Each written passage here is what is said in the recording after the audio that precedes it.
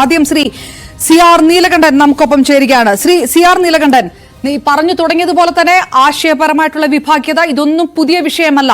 ആ തരത്തിലുള്ള പ്രതിഷേധം അതും പുതിയ വിഷയമല്ല CPM-ൽ. പക്ഷേ ഈ കഴിഞ്ഞ കുറച്ച് ദിവസങ്ങളായി ഇന്ന് വൈകുന്നേരം തിരുവനന്തപുരത്ത് മംഗലപുരത്ത് മുൻ ഏരിയ സെക്രട്ടറി രാജിവെച്ച് പാർട്ടി വിടുന്നത് വരെയുള്ള വിഷയങ്ങൾക്കകത്തൊന്നും പ്രത്യയശാസ്ത്രമില്ല, ആശയപരമായിട്ടൊന്നുമില്ല. പകരം അധികാരമുണ്ട്, പുറത്തു പറയാൻ കൊള്ളില്ലാത്ത പല കേസുകളുമുണ്ട്. അപ്പോഴും CPM സംസ്ഥാന സെക്രട്ടറി പറയുന്നത് പ്രാദേശിക വിഷയമാണ്, മാധ്യമങ്ങൾ ഉണ്ടാക്കുന്ന പ്രശ്നം മാത്രമാണെന്ന്. പാർട്ടി പതറി നിൽക്കുകയാണോ? ഇതൊന്നും പരിഹരിക്കാൻ കഴിയാതെ സംസ്ഥാന സെക്രട്ടറി അടക്കം പകച്ചു നിൽക്കുകയാണോ? ഈ പാർട്ടിക്ക് എന്ത് പറ്റുന്നു എന്നാണ് ശ്രീ സി ആർ നീലകണ്ഠൻ പുറത്തുനിന്ന് നിൽക്കുമ്പോൾ തോന്നുന്നത്?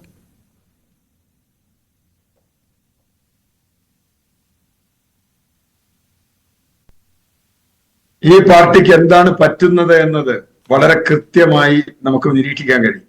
ഇത് പ്രാദേശിക പ്രശ്നമാണ്, മാധ്യമങ്ങളുടെ പ്രശ്നമാണ്. ഇതൊക്കെ നമ്മൾ പശ്ചിമ ബംഗാൾ മുതൽ സോവിയറ്റ് യൂണിയൻ വരെ നമ്മൾ കേട്ടിട്ടുള്ളതാണ്. മാധ്യമങ്ങളുടെ പ്രശ്നമാണ് എന്ന് പറഞ്ഞ പശ്ചിമ ബംഗാൾ ഇന്ന് എവിടെയാണ് നിൽക്കുന്നത് നമുക്കറിയാം. നന്ദിഗ്രാം, സിംഗൂർ പോലെയുള്ള പ്രശ്നം അതൊന്നുമല്ല. പ്രശ്നം നേരത്തെ അപർണ തുടങ്ങി വെച്ചല്ലോ. പ്രത്യയശാസ്ത്രത്തിന്റെ ഒരടിത്തറയും ഇല്ലാത്ത ഒരു രാഷ്ട്രീയ പാർട്ടിയായി ഇത് മാറിയിരിക്കും. അത് പ്രത്യയശാസ്ത്രം മുകളിൽ നിന്ന് താഴെ അറ്റം വരെ EP ജയരാജന്റെ വിഷയം മുതൽ ഇപ്പോൾ മംഗലപുരത്തെ വിഷയം വരെ നമ്മൾ എടുത്താൽ ഒരു പ്രത്യയശാസ്ത്രത്തിന് പിൻബലവുമില്ല. ഇതിനു മുമ്പ് നമുക്കറിയാം VS പിണറായി തർക്കത്തിൽ പോലും, അല്ലെങ്കിൽ TP ചന്ദ്രശേഖരന്റെ വിഷയം, ഗൗരിയമ്മയുടെ വിഷയം, അല്ലെങ്കിൽ MVR-ന്റെ വിഷയം, അതിനു മുമ്പ് നക്സലൈറ്റുകളുടെ ഇതുമായി ബന്ധപ്പെട്ടത്, കരുനാഗപ്പള്ളിയിൽ തന്നെ പോറ്റി അടക്കമുള്ള ആളുകളുടെ വിഷയങ്ങൾ, ഇതൊക്കെ നമ്മൾ കണ്ടതാണ്. അതിലൊക്കെ തന്നെ ഒരു പ്രത്യയശാസ്ത്ര വിഷയം VB ചെറിയാൻ പോലെയുള്ള ആളുകൾ ഉന്നയിച്ച പ്രത്യയശാസ്ത്ര വിഷയം, MV രാഘവൻ ഉന്നയിച്ച മുസ്ലിം ലീഗുമായി കൂടണോ എന്നുള്ള അങ്ങനെയുള്ള വിഷയങ്ങളൊക്കെ ഉണ്ട്. ഇവിടെ അതൊന്നും ഇപ്പോൾ പ്രസക്തമല്ല. ഇപ്പോൾ അത് കാരണം എന്താ വെച്ചാൽ ജനകീയ ജനാധിപത്യ വിപ്ലവം, സോഷ്യലിസ്റ്റ് വിപ്ലവം എന്നുള്ള വാക്കൊന്നും ഈ പാർട്ടി പറഞ്ഞിട്ട് അനേക വർഷങ്ങളായി. അതൊന്നും പറയാറില്ല. അതൊന്നും ഒരു പ്രസംഗത്തിൽ, ഞാൻ എത്ര പ്രസംഗങ്ങൾ ഇവരുടെ കേട്ടിരിക്കുന്നു.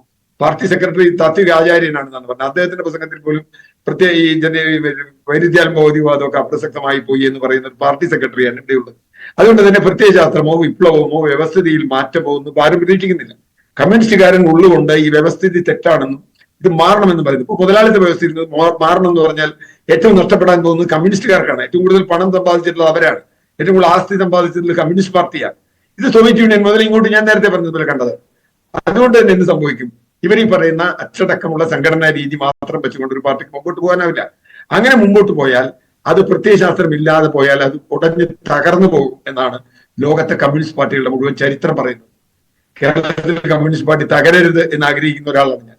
അതുകൊണ്ട് തന്നെ അവരുടെ ഉൾക്കരുത്. ഇപ്പൊ കൊഴിഞ്ഞാമ്പാറയിലെ വിഷയം മുതൽ നമ്മൾ എടുത്തു കഴിഞ്ഞാൽ അവിടെ എനിക്ക് നേരിട്ട് അറിയാം. അവിടെ സമാന്തര പാർട്ടിയാണ് അവിടെ രൂപീകരിച്ചിട്ടുള്ളത്. സമാന്തര സമ്മേളനം നടത്തിയിട്ടുണ്ട് പാർട്ടി. ഇത് ചരിത്രത്തിൽ ഒരിക്കലും ഉണ്ടായിട്ടില്ല. പാർട്ടി പിരിച്ചുവിട്ടിട്ടുണ്ട്. പാർട്ടി കമ്മിറ്റി തൃശൂർ, ആലപ്പുഴ ജില്ലകൾ പാർട്ടി കമ്മിറ്റി പിരിച്ചുവിട്ട് EP ജയരാജനും സഖാവ് MA ബേബിക്കും ചുമതല കൊടുത്ത ഒരു കാലം ഞാൻ കണ്ടിട്ടുണ്ട്. പക്ഷെ അവിടെയൊക്കെ തന്നെ പ്രശ്നം എന്ന് പറഞ്ഞാൽ ഒരു പരിധിവരെ പ്രത്യയശാസ്ത്രപരമായ വിശദീകരണം നൽകാൻ നമുക്ക് കഴിഞ്ഞിരുന്നു. നാലാം ലോകമെന്നോ വേറെ ലോകമെന്നോ ഒക്കെ. ഇപ്പൊ അതൊന്നുമില്ല. ഇപ്പൊ പ്രശ്നം എന്താ? മംഗലപുരത്തായാലും ഇന്നലെ ഒരു നേതാവ്, ഈ പാർട്ടിയിൽ 30 കൊല്ലം പ്രവർത്തിച്ച ഒരു നേതാവ് ഒരു സുപ്രഭാതത്തിൽ അദ്ദേഹം BJP ആണ് ഇനി രക്ഷപ്പെടാൻ ഏകമാർഗം എന്ന് അദ്ദേഹം പറയാം. മതേതര പാർട്ടി BJP ആണ്, CPM അല്ല എന്ന് പറയാം. അത് അദ്ദേഹത്തിന്റെ അഭിപ്രായമായിരിക്കാം, വ്യക്തിപരമായ അഭിപ്രായമൊക്കെ ഉണ്ട്. പക്ഷേ 30 കൊല്ലം CPM-ൽ പ്രവർത്തിച്ചിട്ട് മതേതര പാർട്ടി ഇതല്ല BJP ആണ് എന്ന് പറയുമ്പോൾ എന്തായിരിക്കും അയാളുടെ പ്രത്യയശാസ്ത്ര നിലപാട്? എന്താണ് ഇത്തരം കാലത്തിൽ? മാത്രമല്ല, നേരത്തെ അപർണ പറഞ്ഞ വളരെ പ്രധാനപ്പെട്ട ഒരു കാര്യം, ഇപ്പോൾ ആരോപണം ഇയാൾ രാഷ്ട്രീയത്തിൽ വ്യതിചലിച്ചു എന്നൊന്നുമല്ല. റിച്ചാർഡ് ഫ്രാങ്കിയെ പോലെ പ്രശ്നമോ, അല്ലെങ്കിൽ നാലാം ലോകത്തിന്റെ വിഷയമോ, അല്ലെങ്കിൽ വർഗീയ ശക്തികളുമായി കൂട്ടുകൂടുന്ന വിഷയമോ ഒന്നുമല്ല ഇപ്പൊ ചർച്ച ചെയ്യുന്നത്. ഇപ്പൊ ചർച്ച ചെയ്യുന്ന എന്താ? ഒന്ന് നേരത്തെ പറഞ്ഞ ക്വാറി മാഫിയ, സ്ത്രീപീഡനം ഏതാണ്ട് എല്ലാ സ്ഥലത്തും വന്നിട്ടുണ്ട്. ഇവർക്ക് ചെയ്തിട്ടുണ്ടോന്ന് എനിക്കറിയില്ല. പക്ഷെ ഒരു ധൈര്യമുണ്ട് ഇവർക്ക്. എന്താ കാര്യം എന്നറിയും? അവിടെയാണ് പ്രശ്നം. പാർട്ടി സ്ത്രീപീഡനത്തിന് ഒരാളെ പാർട്ടി മെമ്പർഷിപ്പിൽ നിന്ന് പുറത്താക്കുന്ന ഒരു ജില്ലാ സെക്രട്ടറി. ആ ജില്ലാ സെക്രട്ടറി പിന്നെ നമ്മൾ കാണുന്ന അയാൾക്ക് ഒരു സമ്മേളനത്തിൽ പങ്കെടുക്കുന്നില്ല. ബ്രാഞ്ച് മുതൽ സ്റ്റേറ്റ് സമ്മേളനം വരെ പങ്കെടുക്കുന്നില്ല. അയാൾ സ്റ്റേറ്റ് സമ്മേളനത്തിൽ സ്റ്റേറ്റ് കമ്മിറ്റിയിൽ നേരെ വരികയാണ്. അയാൾ ഇന്ന് കേരളത്തിലെ ഏറ്റവും പവർഫുൾ പൊളിറ്റിക്കൽ ലീഡർ, മുഖ്യമന്ത്രിയുടെ പൊളിറ്റിക്കൽ സെക്രട്ടറി എന്ന് പറഞ്ഞാൽ അങ്ങനെ വരെ നിങ്ങൾക്ക് വരാം. നിങ്ങൾ എന്ത് സ്ത്രീപീഡനം നടത്തിയാലും നിങ്ങൾക്ക് മുഖ്യമന്ത്രിയുടെ പൊളിറ്റിക്കൽ സെക്രട്ടറി ആവാം എന്നൊരു ധൈര്യം ഈ പാർട്ടിയിലുണ്ട്. ഇപ്പൊ കരുനാഗപ്പള്ളിയിലെ വിഷയം പറഞ്ഞു, ചിലരൊക്കെ പറഞ്ഞു അത് ഭയങ്കര ഗംഭീരമാണ്, ഞങ്ങളത് പിരിച്ചുവിട്ടു. എന്ത് പിരിച്ചുവിട്ടത്? ഇനി ഇത് കഴിഞ്ഞ് പുതിയൊരു കമ്മിറ്റി ഉണ്ടാക്കിയാൽ തന്നെ ആ കമ്മിറ്റിയിൽ വരുന്ന ആരും സ്ത്രീ പീഡനത്തിൽ പ്രതികളല്ല എന്നോ അല്ലെങ്കിൽ കോറി മാഫിയയുടെ ആളല്ല എന്നോ അല്ലെങ്കിൽ ബാർ മാഫിയയുടെ ആളല്ല എന്ന് പറയാൻ പറ്റുമോ? കാരണം അങ്ങനെയല്ലാത്ത ആളുകൾ ഇതിൽ വളരെ കുറഞ്ഞിരിക്കുന്നു.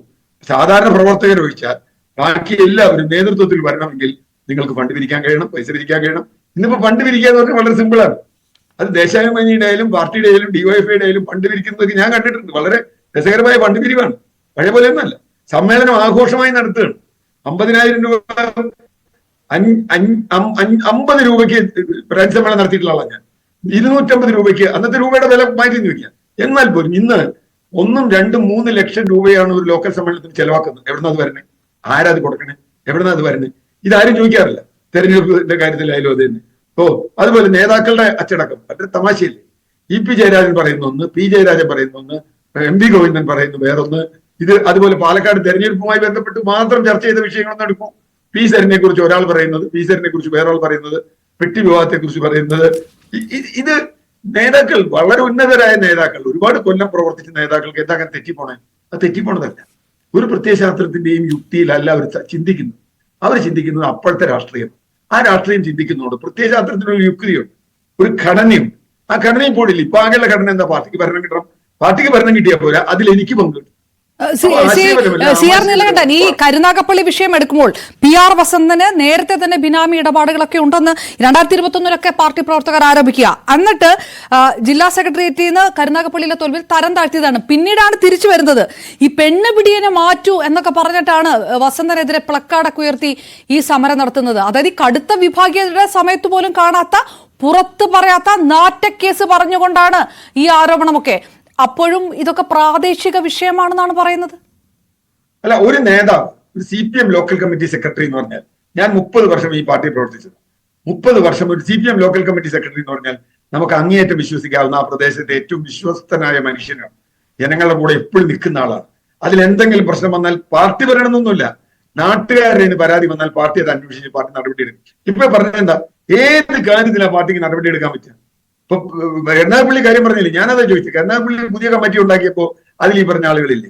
കൊഴിഞ്ഞാൻ പറയും നാളെ എവിടെയാ കമ്മിറ്റി ഉണ്ടാക്കുക? ജനസേവന കേന്ദ്രത്തിലാണോ കമ്മിറ്റി ഉണ്ടാക്കുക, അതോ CPM ഓഫീസിലാണോ കമ്മിറ്റി ഉണ്ടാക്കുക? പി സരിനെ പോലെ ഒരാൾ വന്നു, ഉടനെ അയാൾക്ക് സീറ്റ് കൊടുത്തു, അയാൾ കൊടുത്തു, ആയിക്കോട്ടെ, അതിപ്പോ ഒരു സ്വതന്ത്ര സ്ഥാനാർത്ഥി കൊടുത്തു എന്ന് വെക്കാം. പക്ഷെ അതുകൊണ്ട് തന്നെയാണ് പി സരിന് ഇവിടെ വന്ന് പാർട്ടി സ്ഥാനാർത്ഥിയാവാമെങ്കിൽ ബിപിൻ സി ബാബുവിന് ഇവിടുന്ന് പോയി BJP-യിലാവാം. കഴിഞ്ഞ തെരഞ്ഞെടുപ്പിന്റെ ചരിത്രം നോക്കൂ. ലോക്സഭാ തെരഞ്ഞെടുപ്പിൽ എന്തൊരു ദുരന്തമാണ് പാർട്ടിക്ക് ഉണ്ടായത്. ആ ദുരന്തം എന്തുകൊണ്ടുണ്ടായി? എങ്ങനെയാണ് പാർട്ടി വോട്ടുകൾ കൂട്ടത്തോടെ BJP-യിലേക്ക് ഒഴുകിപ്പോയത്? എന്തുകൊണ്ടാണ്? ഇപ്പൊ ജമാഅത്തെ ഇസ്ലാമിയെ കുറിച്ച് ഈ പാർട്ടി ഇപ്പൊ പറയുന്ന കാര്യം അന്ന് പറഞ്ഞ കാര്യം തമ്മിൽ ഒന്ന് നോക്കൂ. ജമാഅത്തെ ഇസ്ലാമി 2011 വരെ ജനാധിപത്യ മതേതര സോഷ്യലിസ്റ്റ് റിപ്പബ്ലിക്കിന്റെ ആളുകളായിരുന്നു. ആ പാർട്ടിയാണ് ഒരു സുപ്രഭാതത്തിൽ ഇപ്പൊ ജമാഅത്തെ ഇസ്ലാമിയും SDP-യും ഒക്കെയാണ് പാലക്കാട് ജയിപ്പിച്ചതെന്ന് ഇവർക്കൊക്കെ വല്ല വിവരമുണ്ട്? കാരണം പാലക്കാട് ജമാഅത്തെ ഇസ്ലാമിക്ക് എത്ര വോട്ടുണ്ട്, SDP-ക്ക് എത്ര വോട്ടുണ്ട്? 18,000 വോട്ടിന് ജയിച്ച രാഹുൽ മാങ്കൂട്ടം ജയിച്ചത് അതുകൊണ്ടാണെന്ന് പറഞ്ഞാൽ പാലക്കാട്ടുകാർ ചിരിക്കില്ലേ? സത്യം ആരും ചിരിച്ചു പോകും. കാരണം ഒരുപക്ഷെ 17,000, അതിൽ 16,000 അല്ലെങ്കിൽ 15,000 വോട്ടാണ് അയാൾക്ക് കിട്ടുള്ളൂ. 3,000 വോട്ട് SDP-യുടെയും ജമാഅത്തെ ഇസ്ലാമിയുടെയും എന്നൊക്കെ പറഞ്ഞാൽ എനിക്ക് മനസ്സിലാവും.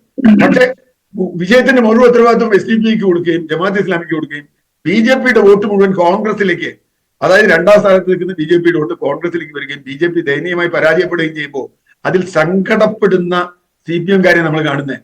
അതിന്റെ ഒരു പ്രതീതിയാണ് ബിപിൻ സി ബാബു അടക്കം. BJP തോൽക്കുമ്പോൾ സങ്കടമാണ്. കോൺഗ്രസിന് കൂടുതൽ വോട്ട് കിട്ടി, BJP തോറ്റു എന്ന് പറയുമ്പോൾ ഇവരെന്തായാലും 3ാം സ്ഥാനത്താണ്. അപ്പൊ പ്രശ്നം എന്താ? ഇത് പ്രത്യയശാസ്ത്രപരമായ ഒരു കാര്യമില്ല. പ്രത്യയശാസ്ത്രം എന്നത് മറന്നു. കഴിഞ്ഞ 8 വർഷമായി, 8 വർഷം എന്നല്ല, ഒരു കാലമായിട്ടുണ്ട്, ഏതെങ്കിലും ഒരു സഖാവ് എവിടെയെങ്കിലും ജനകീയ ജനാധിപത്യ വിപ്ലവം എന്നോ സോഷ്യലിസ്റ്റ് വിപ്ലവം എന്നോ എവിടെയെങ്കിലും പ്രസംഗിച്ച് കേട്ടിട്ടുണ്ടോ? ഞാൻ തിരികെ എത്താം ശ്രീ